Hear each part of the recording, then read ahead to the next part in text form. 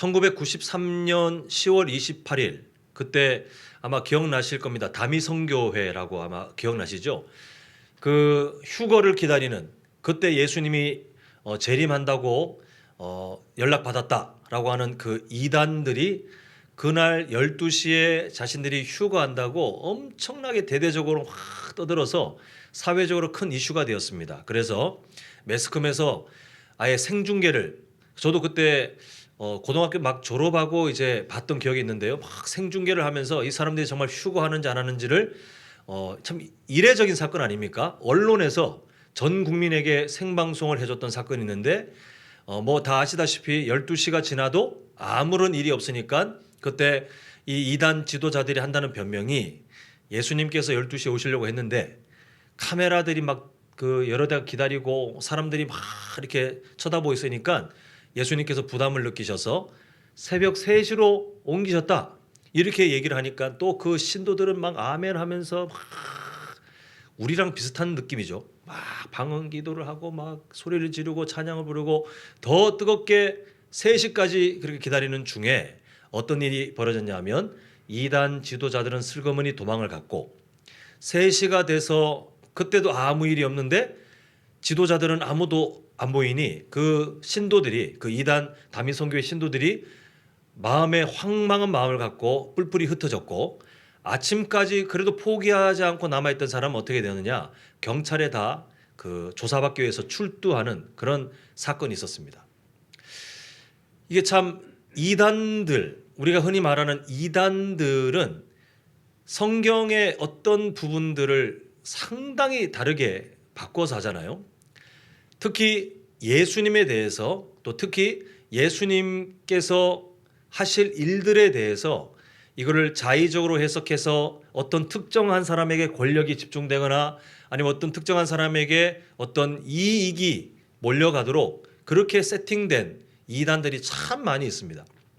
뭐 다미성교회뿐만 아니라 그냥 쉽게 지나갔거나 아니면 아직까지 우리나라에 피해를 끼치고 있거나 그런 이단들이 다 그런 모습을 갖고 있는데 왜 그런 일들이 있느냐?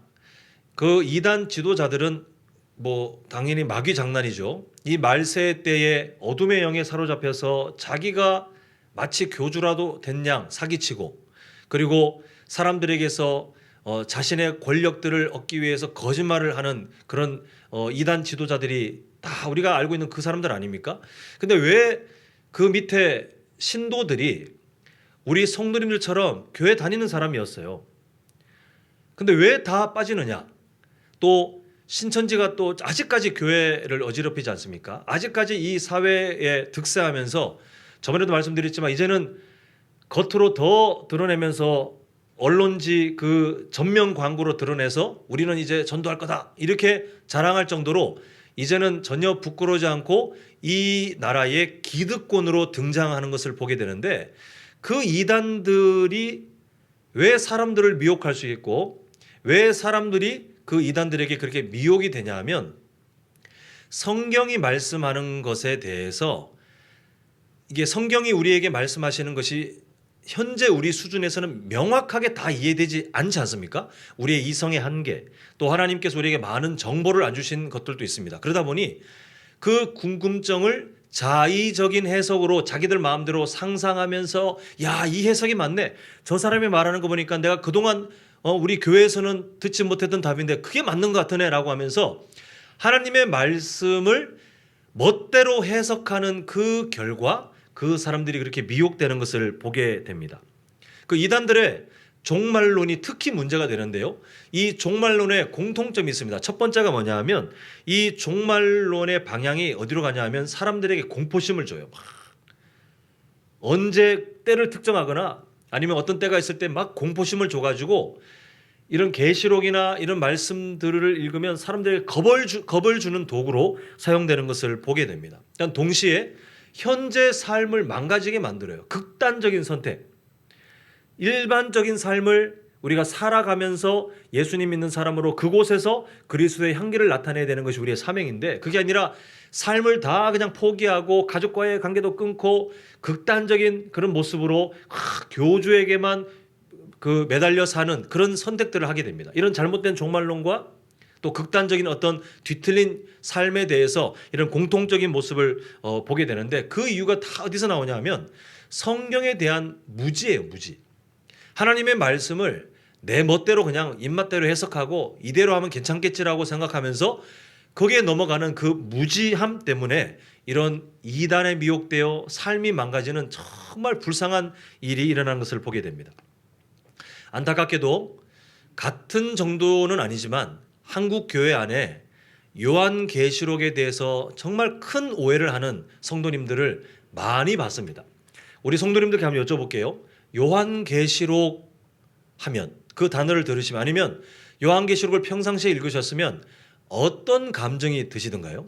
만약 요한계시록이라는 단어, 아니면 요한계시록을 예전에 읽으셨을 때에 무섭다, 두렵다, 이런 생각을 하셨다면 똑같이 오해하고 계시는 거예요. 요한계시록을 보면 물론 심판의 내용이 있고 막 어떤 무서운 존재가 등장하고 막 환난 당하는 내용이 나오고 하니까 그 내용 자체가 무서울 수는 있지만, 왜 하나님께서 요한계시록을 그 시대 최초의 독자들에게 이 편지를 왜 주셨는지를 생각하면, 요한계시록이 막 지금 어떤 잘못된 이단 지도자들이나 아니면 어떤 목회자들의 도구가 돼가지고 막 억압하고 겁을 주고 윽박 지르고 우리가 벌벌벌 떨게 하는 성경이 절대 아니에요. 오히려 정반대입니다. 그때 당시 초대교회 성도들은 어떤 어려움을 겪었냐면 예수님을 믿는 것 하나만으로 생명을 내놓고 살았어요. 정말 많은 사람들이 순교했고 그것 때문에 여러 사람들이 참 몸도 마음도 힘들었던 그런 시절을 살았습니다. 그 와중에 성도들이 또 어떤 혼란에 빠졌냐면, 예수님께서 오신다고 했는데 그 다시 오신다는 예수님이 이미 다녀가신 건 아닌가? 나는 지금 고난 중에 있는데, 이 강대국에게 지금 고난 당하고 있는데 예수님께서 이미 지나가시고 나는 지금 버림받은 게 아닌가라고 하는 혼란에 빠져 있었어요. 그래서 극심한 그 사회적인 두려움뿐만 아니라 예수님의 재림에 내가 동참하지 못했나? 나는 지금 버림받은 존재인가? 이런 혼란에 빠져서 막 극심한 두려움에 빠져있던 초대교회 성도들을 하나님께서 위로하시기 위해서 이 요한계시록이라는 편지를 쓰게 하신 거예요. 그 요한계시록은 결국 뭐냐 하면, 지금 비록 현재의 고난을 당하고 있지만 그러나 예수님께서는 이미 승리하셨고, 그리고 그 주님께서는 지금도 현재 성도들과 함께 계시며, 그리고 장차 오실 그때 우리는 정말 아름다운 모습으로 저 영원한 하나님의 나라에 우리가 영원한 안식을 누리게 될 것이다 라고 하는 위로의 약속이 적힌 편지가 바로 요한계시록입니다. 오늘 본문은 그 요한계시록의 절정이에요. 절정. 정말 아름다운 이 21장과 22장은 정말 그 시대의 로마 제국에게 압제당하고 있던 그 성도들이 21장과 22장을 읽었을 때 정말 감동의 눈물을 흘렸을 법한 위로의 가장 중요한 내용들이 담겨져 있는데요. 우리 그 상황을 다시 한번 기억하면서 오늘 본문을 한번 다시 보겠습니다. 자, 1절, 2절, 3절, 4절. 우리가 그때 그 초대교회 성도들과 똑같이 어려움을 당하는 것은 아니지만 그때 계셨던 믿음의 선배님들이 어려움 중에 이 편지를 읽었을 때 어떤 마음일까 한번 우리가 되짚어보는 마음으로 1절부터 4절까지 한번 내용을 보시면서 다시 한번 읽겠습니다. 시작. 또 내가 새 하늘과 새 땅을 보니 처음 하늘과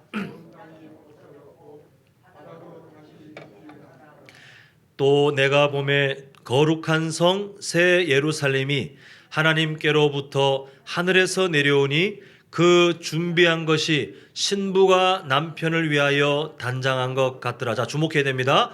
내가 들으니 보좌에서 큰 음성이 나서 이르되 보라, 하나님의 장막이 사람들과 함께 있음에 하나님이 그들과 함께 계시리니 그들은 하나님의 백성이 되고 하나님은 친히 그들과 함께 계셔서 모든 눈물을 그 눈에서 닦아주시니 다시는 사망이 없고 애통하는 것이나 곡하는 것이나 아픈 것이 다시 있지 아니하리니 처음 것들이 다 지나갔음이러라.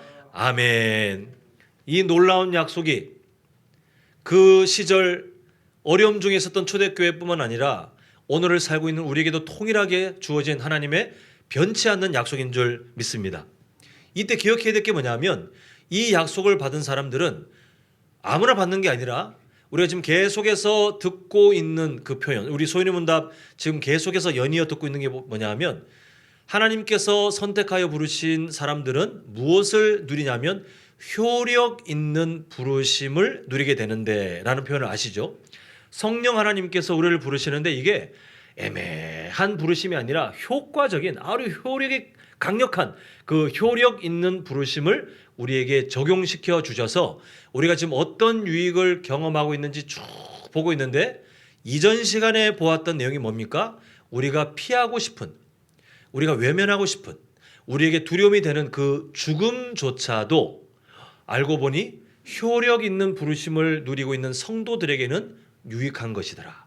이게 정말 우리에게는 완전히 생각의 가치관이 바뀌는 건 아니겠습니까? 그 유익함을 보았는데 오늘은 이제 부활할 때에 대한 유익함이 무엇인가를 오늘 소인의 문답 제38문이 우리에게 알려주고 있습니다. 그러니까 하나님의 약속이에요. 하나님께서 우리에게 이 땅을 살고 있는 우리에게 내가 너에게 장차 이 일을 반드시 이루리라 라고 하시는 소망의 약속이 담겨있기 때문에 우리 마음에 새기는 마음으로 함께 잘 봤으면 좋겠습니다. 자, 소인의 문답 제38문 한번 내용 보겠습니다. 주보를 보시든 화면을 보시든 제가 질문을 읽습니다. 신자가 부활할 때 그리스도에게서 무슨 유익을 받습니까? 자, 답변 있습니다. 시작. 신자는 부활할 때 영광 중에 공공연히 인정받고 죄 없다함을 얻고 완전히 복되게 되어 영원토록 하나님으로 말미암아 흡족하게 즐거워할 것입니다.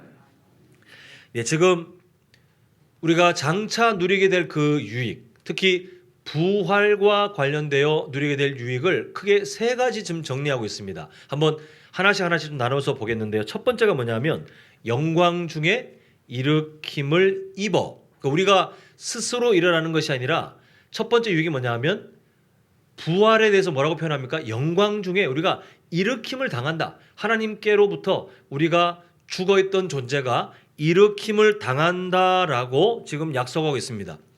전 시간에 제가 한번 말씀드린 것 같은데 우리가 장차 예수님의 재림 때에 우리의 죽은 몸이 다시 부활하게 될 때, 그렇게 약속하게 될 때 어떤 성도님들은 혼란에 빠진다고 했습니다. 무슨 말이냐면 요즘 화장하는 그 제도가 매장보다 장례하는 제도가 매장보다 화장이 많잖아요. 그래서 아니 시신이 다 타버리는데 나중에 부활 때 어떡하려고 이렇게 정말 반대했던 목회자들이 정말 많이 계셨어요. 그거 외에도 어떤 분들은 어떤 불의 사고로 시신이 훼손되거나 이런 일들이 있을 때에 이 말을 그냥 그렇게 생각해버리면 이분들은 나중에 부활할 때 그건 뭐냐라고 혼란에 빠질 수 있는데 저번에 말씀드렸죠. 우리가 어떤 죽음의 형태를 경험하든 어떤 장례의 방법을 통하든 예수님이 오시는 그날까지 우리의 육신이 온전하게 그대로 남아있을 확률은 0%입니다. 하나님께서 미리 약속하신 것처럼 인간은 죽으면 어떤 형태로 돌아갑니까? 다 분해돼서 마치 흙과 같은 존재로 다 분해되게 되어 있어요. 정상적으로 매장돼도 오랜 시간이 지나면 지하수에 쓸려가고 그리고 여러 그 벌레들이나 미생물에 의해서 우리의 원래 상태는 그냥 다 자연으로 돌아가요. 없어요. 그래서 그 자리에 시신이 그대로 있어야 된다는 것은 매우 고지식한 해석입니다.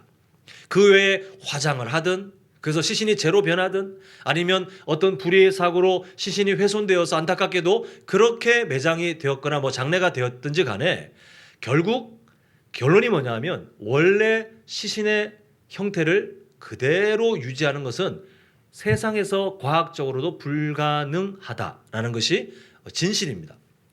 근데 이때 우리가 전혀 걱정해야 될 게 뭐라고 말씀드렸습니까? 하나님은 무에서 유를 창조하신 분이신데 우리의 시신이 나중에 예수님께서 오셨을 때에 다 자연으로 돌아갔던 아니면 시신이 어떤 불의의 사고로 훼손되었던 아니면 우리가 뭐 화장을 해서 재로 변했든지 간에 우리를 다시 원래 육신으로 돌이키시는 게 불가능한 분이 절대 아니다라고 말씀드렸습니다. 그래서 우리가 나중에 예수님이 오실 때 그때 우리의 육신이 다시 살아나게 되는 것은 우리의 이성으로는 아무리 상상해도 어떻게 살아나지? 라고 답을 못 정하지만 누구는 가능하다는 겁니까?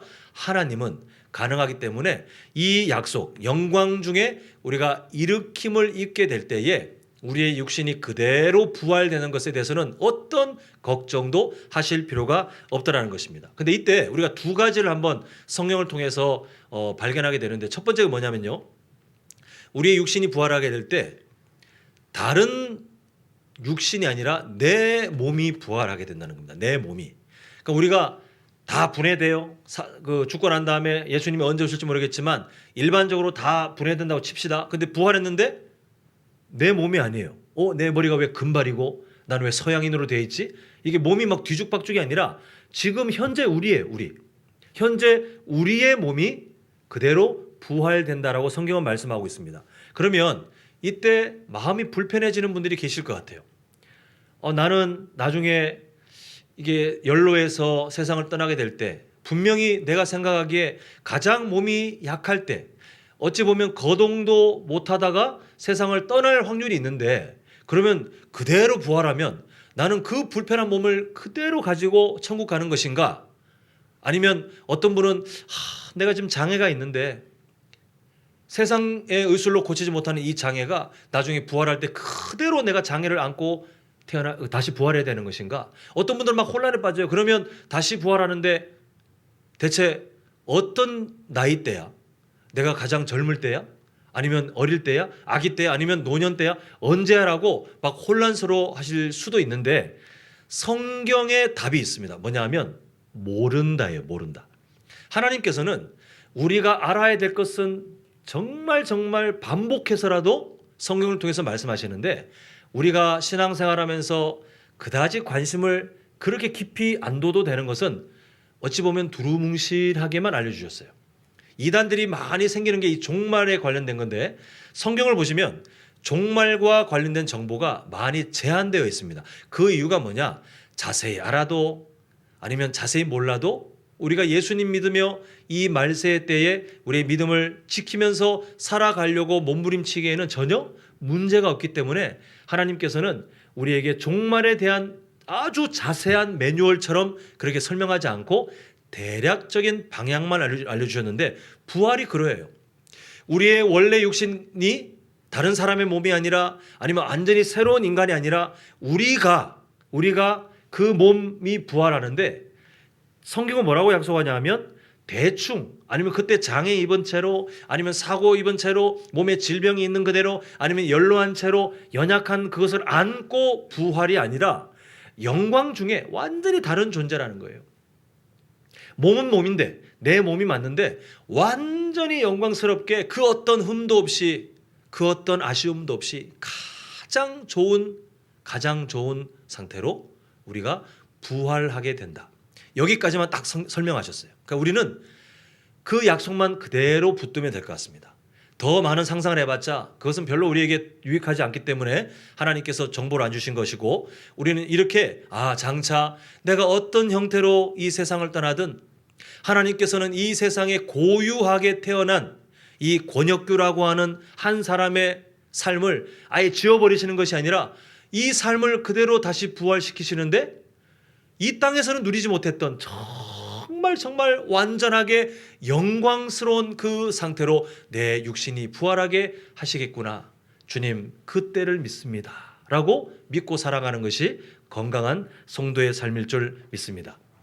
우리가 지금 몇 배 아까 인사하셨지만 지금 다들 외모가 완벽하세요? 솔직히? 지금 다들 그죠? 마음속에 여러 생각이 있지만 답을 못 하시잖아요. 우리는 다 우리 자신에게도 아쉬움이 있고 다른 사람의 모습을 봐도 이분 이런 육신 어떤 외모가 아니면 이런 육신에 아쉬움이 있네 생각하실지 모르겠지만 장차 우리는 천국에서 어떤 모습으로 만나요? 그런 게 생각나지 않을 정도로 너무나도 아름다운 모습으로 아이고 권사님 여기서 만나네요. 아이고 장로님 집사님 성도님 정말 세상에서 수고 많으셨네요. 우리가 서로 그 아름다운 영광스러운 가운데 일으킴을 받아서 만나게 되는 그 복된 때가 반드시 올 줄 믿습니다. 자, 이제 두 번째 약속이 뭐냐 하면 그 유익이 뭐냐 하면 이렇게 돼 있죠. 심판 날에 공공연히 인정받고 죄 없다함을 받는 것 이렇게 돼 있는데 이게 좀 옛날 표현이죠. 공공연히 이거는 뭐냐면 심판 날에 공식적으로 모두가 보는 자리에서 공식적으로 인정을 받는다. 근데 어떤 인정입니까? 무죄 선언이에요. 무죄 선언. 자, 우리 예수님이 어떤 분이십니까? 훗날 재림하실 때는 사랑의 예수님처럼 그저 용서하고 그런 분이 아니라 아주 엄한 심판의 하나님을 오시지 않습니까? 근데 그 예수님을 속일 수 있는 사람은 아무도 없어요.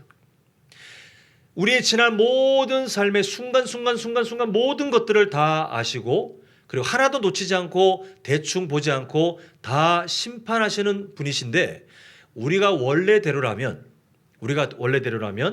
우리의 순서가 되었을 때에 그 심판자 되시는 주님 앞에 딱 섰을 때에 우리의 모든 생각들 다른 사람에게 끄집어내면 정말 얼굴이 시뻘개져서 쥐구멍에 숨어야 될 정도로 우리의 그 속 깊은 생각들 그 모습들까지 다 끄집어서 꺼내놓으시면 우리는 정말 그 수치스러움을 감당을 못할 겁니다. 그러다가 결국은 그 모든 죄에 대한 책임을 지고 우리는 어떻게 됩니까? 지옥에서 영원한 벌을 받았어야 하는 존재라는 거예요.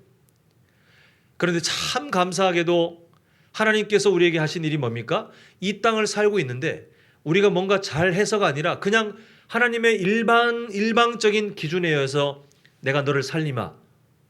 우리를 영원전부터 살리고자 작정하셔서 이 자리에 계신 우리 성도님들 한 분 한 분의 삶 가운데 하나님께서 성령 하나님의 효력 있는 부르심을 통하여 예수님을 믿게 하셨고 또한 그 믿음 가운데 지금까지 하나님을 사랑하는 사람들로 자라갈 수 있도록 삶을 보듬어 주고 계시고 무엇보다 우리가 지금 붙들어야 될 약속이 뭐냐 하면 우리는 지금도 연약하잖아요.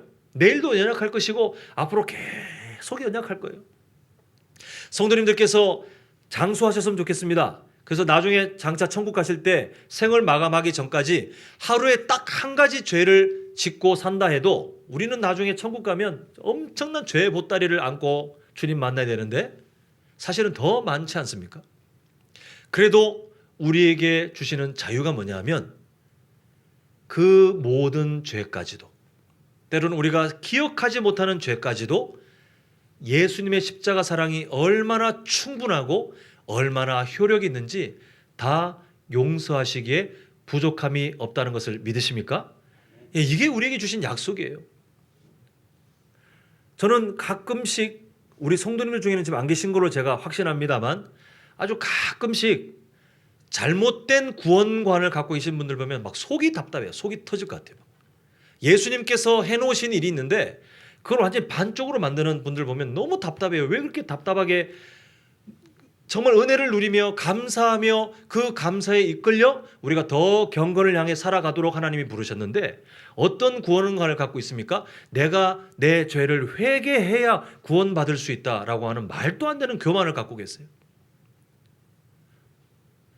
절대 그런 말도 안 되는 마귀의 거짓말에 넘어가지 않으셨으면 좋겠어요. 우리가 회개해야 되는 것은 순서가 바뀌어 있어요. 구원받기 위해서 장차 우리가 이 땅에 살면서 여러 죄를 질 때마다 내가 회개해야 천국 갈 수 있을 텐데 회개해야 하나님의 자녀로 인정받을 수 있을 텐데라고 구원받거나 아니면 하나님의 자녀로 인정받기 위해서 회개하는 게 아니라 이 순서가 바뀌었어요. 우리가 구원받았기 때문에 우리는 회개해야 되고 우리는 하나님의 자녀이기 때문에 우리는 이 땅을 살면서 회개해야 하는 것이 마땅한 삶의 순서입니다. 우리는 하나님의 자녀예요. 그래서 훗날 예수님께서 재림하실 때에 우리가 영광스러운 우리의 육신이 어떤 상태인지 모르겠지만 정말 몸으로 어떤 영혼이 아니라 정말 몸으로 우리가 일으킴을 받아 재림하시는 그 주님 앞에 딱 섰을 때에 그 주님께서 가만히 이게 쳐다보시면서 망설이면서 얘를 구원해야 되나 마냐 한숨을 푹푹 쉬시는 것이 아니라 이미 다 결제가 끝난 거예요. 예수님의 십자가의 그 죽으심을 통하여 그리고 예수님의 부활하심을 통하여 그리고 우리를 효력 있는 부르심으로 예수님의 그 구원자 되심을 믿게 하신 성령 하나님의 일하심을 통하여 이미 우리에게는 그 심판과 관련돼서는 더 이상 결제할 것이 전혀 없음을 우리 성도님들 마음에 깊이 새기셨으면 좋겠습니다. 이게 우리가 누릴 약속이에요. 장차 그 부활한 이후에 지옥에 가게 될까, 천국에 가게 될까, 불안할 필요가 전혀 없이 우리에게 기쁨과 그리고 약속된 그 영원한 천국에 대한 소망을 바로 그 심판의 자리에서 주시는 것. 그게 바로 지금 두 번째 우리에게 주신 하나님의 유익인 것을 보게 됩니다. 자, 그러므로 우리는 앞으로 살아갈 때에 겸손하나 당당하게 바꿔서 이미 의인이 되었다는 것을 기억하시면서 당당하지만 그러나 아직 부족함을 기억하시면서 겸손하게 우리가 이 두 가지 삶을 함께 붙들며 살아가셔서 주님께서 기뻐하시는 거룩한 모습을 향해 더욱 성장해 가시기를 간절히 소망합니다. 자, 마지막 세 번째 유익이 뭐냐면 완전히 복되게 되어 영원토록 하나님으로 말미암아 흡족하게 즐거워하는 것이다 라고 지금 소리문답은 말하고 있습니다. 자, 예수님을 믿고 우리가 부활하게 될 때 유익들이 뭔가 지금 세 가지로 정리하고 있죠. 우리 한번 기억하셔야 될 게 뭐냐면요, 예수님 믿고 우리가 부활할 때 누리게 될 유익이 정말 딸랑 세 가지밖에 없을까요? 이 소율이 문답이 옛날 우리 믿음의 선배님들이 교회 교육을 할 때 썼던 교육 자료입니다. 근데 이 소율이 문답 대상이 누군지 아십니까? 사실 현재 우리가 참 부끄러워야 될 것 같아요. 저를 포함해서. 이 소율이 문답 내용 자체도 가끔은 이해가 안 돼가지고 저도 막 연구하면서 이거 어떻게 이해하지? 이렇게 하잖아요. 근데 이 소율이 문답의 이 교육 그 교재의 대상이 누구냐면 주일학교 아이들이에요. 주일학교 아이들. 그 아이들 대상이에요. 그 시대에는 이게 쉬운 내용이었나 봐요. 그러다 보니 아이들 대상인지라 성경에서 말하고 있는 여러 유익들을 다 이렇게 하지 않고 좀 이해하기 쉽도록 세 가지로 간추렸기 때문에 세 개인데 원래는 참 많이 있죠, 그죠? 그래서 소율이 문답보다 작년 교육으로 사용된 대요리 문답은 내용이 깁니다. 이 부활과 관련된 유익이 무엇인가 내용이 길게 되어 있는데 뭐 나중에 기회가 되면 나누더라도 일단 소율이 문답에 세 가지만 있다고 해서 딸랑 세 가지가 있는 것이 아니라 원래는 그 유익이 참 많더라는 것입니다. 그 중에 가장 우리가 큰 위로가 되는 것이 뭐냐 하면 바로 오늘 우리가 읽은 본문 그 4절 내용과 관련된 거죠. 우리가 이 세상을 살면서 점점 육신이 연약해지고 우리 몸에 질병이 하나씩 생길 때 참 서글픕니다. 그게 인생이에요. 우리는 이 땅을 살면서 어떤 분들은 죽음의 복을 누려서 큰 병 없이 사시다가 그냥 주무시듯이 세상 떠나시는 분들 다 부러워하지 않습니까? 저는 저희 외할머니의 죽음을 하나님께 복으로 받았으면 좋겠어요.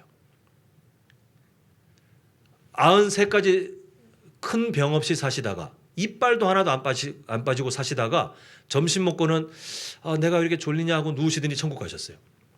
제가 지금까지 본 분 중에 가장 최고의 그 임종하시는 복을 누리신 분이신데 근데 저에게는 어떤 생각이 있냐면 제가 아무리 막 40일 금식 기도를 하면서 하나님 저에게 그 죽음의 복을 주십시오라고 한다고 해서 하나님께서 제 기도에 이끌려서 어쩔 수 없이 그런 복을 주실 거라는 생각은 갖지 않습니다. 우리는 다 죽음의 형태가 다 달라요.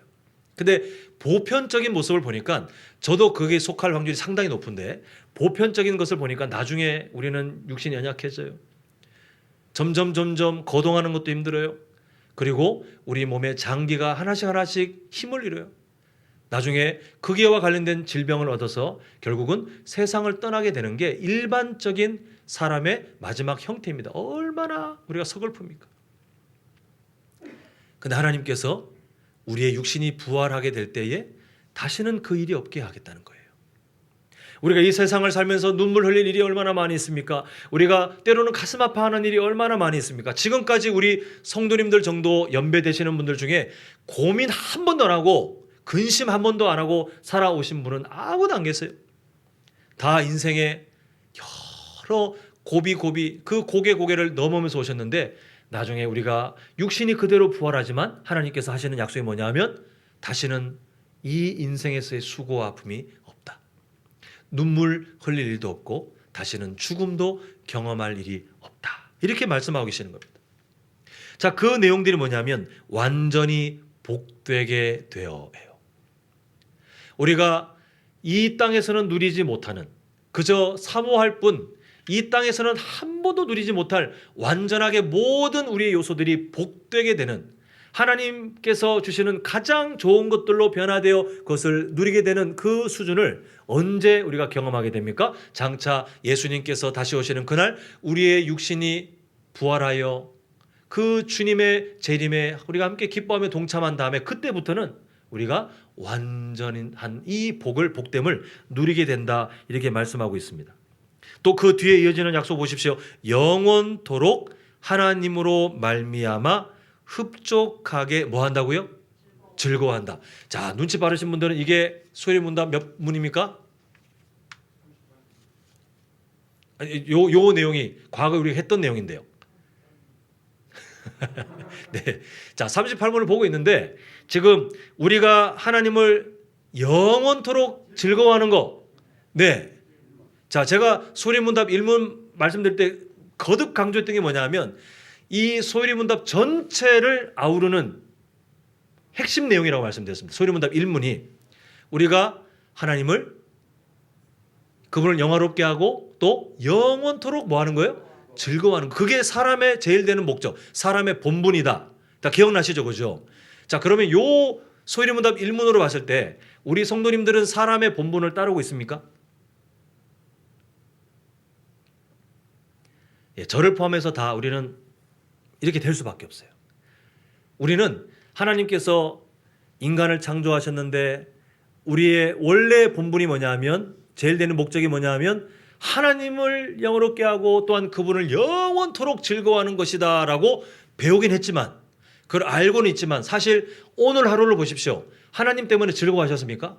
우리의 24시간이 막 하나님으로 충만하여 막 행복, 감사 이런 상태로 와서 지금 막 찬양하고 또 기도하고 말씀을 듣고 계십니까? 아닐걸요. 아닌 게 정상입니다. 그래서 결국 뭘 말씀드리냐면 우리가 예수님의 십자가 사랑을 힘입어서 이제는 하나님께서 원래 창조하셨던 그 아름다운 모습을 향해 다시 회복되어 가는 중에 있긴 하지만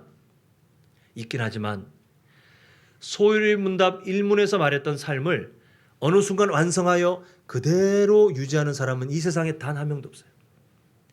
바꿔 말하면 우리는 이 땅에 살고 있는 동안, 이 연약한 육신을 입고 사는 동안 우리에게 있는 정말 큰 한계가 뭐냐면 하나님 앞에 사람의 본분을 절대로 다하지 못하고 우리는 결국은 죽게 되더라는 것입니다. 근데 감사한 게 뭐냐면 우리는 이 땅에서 이걸 완전하게 이루지 못하고 그저 맛만 보고 이렇게 살다가 세상을 떠나게 되겠지만, 그러나 장차 예수님의 재림 때 우리의 육신이 영광 가운데 일으킴을 입어서 우리가 하나님의 완전한 복됨을 누리면서 그 이후에 뭐가 완성되는 겁니까? 소위문답 1문에서 말한 원래 인간의 본분, 하나님으로 영원토록 흡족하게 만족하게 모자라지 않게 충분하게 즐거워하는 삶을 우리는 어디에서 누릴까요? 천국에서. 그래서 어떤 사람들이 이런 말씀하실 때 보면 아이고 성경을 아직 잘 모르시네 싶어요. 뭐냐 하면 천국 가는 건 좋은데 영원토록 살면 좀 지루하지 않겠어요? 이런 분들이 계세요. 그래서 어떤 분들은 뭐까지 막 생각 확장하냐면 어쩌면 하나님께서는 그렇지 않도록 이 세상에 있는 것들, 뭐 축구장도 있고 뭐 등산할 수도 있고 이 세상에 우리가 취미 생활할 수 있는 뭐 그런 게 있지 않겠습니까? 또 막 성경에 없는 것들을 상상하는데 다 헛거예요. 다 헛거예요. 그런 취미 생활이 있어봐야 아무리 해봐야 그래봐야 그게 만족감을 줄 수가 없잖아요. 우리가 흡족하게 영원토록 있어도 지루하지 않는 이유는 누구를 통해서 기뻐합니까? 하나님으로 부족함 없이 그 기쁨을 우리가 회복할 것이기 때문에 우리의 천국 생활은 절대 지루하지 않을 것이다. 우리는 늘 기쁠 것이다. 이렇게 성경을 통해서 약속을 받고 있습니다. 이제 우리가 말씀을 정리하겠습니다. 우리 다시 한번 훗날 우리가 누리게 될 그 부활에 대해서 그 약속을 누리는 마음으로 우리 38문 다시 보겠는데요. 제가 질문을 읽겠습니다. 신자가 부활할 때 그리스도에게서 무슨 유익을 받습니까? 자, 답변합니다. 시작. 신자는 부활할 때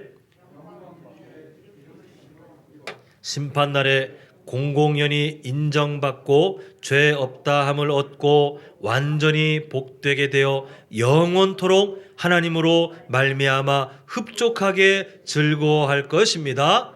아멘이십니까? 예. 자, 이제 말씀했습니다. 요한계시록이 왜 주어졌다 그랬죠? 이 세상 가운데 믿음 생활하면서 너무나도 고난 중에 있던 그 성도들, 초대교회 성도들에게 하나님이 주시는 약속, 너희들에게 장차 있을 이 약속은 아직 사라지지 않았고 반드시 너희들에게 주어질 것이다. 그래서 그 약속을 붙든 초대교회 성도들이 그 극심한 고난 중에도 믿음을 지켰더니 그 믿음이 다른 사람에게 이어지고, 그 믿음이 다른 사람에게 이어지고 조선 땅에 들어오고, 그리고 이 여수 땅에도 교회가 세워지고, 그 믿음의 유산들이 자녀들에게, 이웃들에게 나눠지고 해서 지금 누가 이 자리에 계십니까? 그 은혜를 누린 우리가 이 자리에 있는 줄 믿습니다. 우리가 동일하게 지금 약속을 받고 있는 거예요. 우리는 이 세상을 살면서 초대교회 성도님들이나 아니면 저 북한 제약교회처럼 똑같이 극심한 생명 내놓고 하는 신앙생활을 안 하고 있잖아요. 정말 참 그분들께는 죄송하지만 우리에겐 참 감사한 이 평안을 누리고 있을 그때에 우리의 삶을 더욱더 삶 가운데 하나님이 기뻐하시는 삶의 열매를 짓기 위해서 몸부림치는 것은 늘 고난과 같지만 낙심하지 마시고, 우리가 때로는 실패하지만 그러나 포기하지 마시고, 우리가 아직 부족해도 이미 의인으로 우리를 삼으셔서 천국 백성으로 약속을 주신 그 예수님의 십자가 사랑이 우리에게 있음을 꼭 기억하셔서 우리가 부활의 유익을 소망으로 품고 이 믿음의 순례의 길을 잘 감당하시는 우리 모든 성도님들 되시길 간절히 소망합니다.